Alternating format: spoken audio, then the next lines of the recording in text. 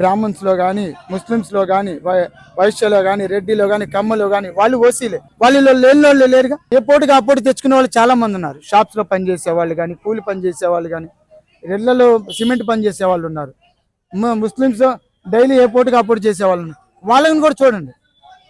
ఆ పథకాలు అనేది వాళ్ళు చూసి వాడిని అర్హతను బట్టి, అంతేకాని క్యాస్ట్ పరంగా అందరికి ఇస్తే అట్లా. లోన్స్ ఇస్తున్నారు, లోన్స్ ఇస్తే వాళ్ళకి వచ్చేసి 50% కట్టింగ్ అంటారు, వీళ్ళకి వచ్చేసి 100% కట్టాలంటారు. అది ఎంతవరకు న్యాయం? వాళ్ళ స్థితిగతులను చూడాలి కదా. ఏదైనా జాబ్ కానీ, లోన్లు కానీ, పథకాలు కానీ ఏదైనా చూడాల్సింది వాళ్ళ స్థితిగతులు. యావరేజా, బిలో యావరేజా, మిడిల్ క్లాస్, ఇవన్నీ ఉంటాయి. కేటగిరీస్ చేశారు కదా, వాటిలో వీళ్ళు ఏ కేటగిరీ చెందిన వాళ్ళు.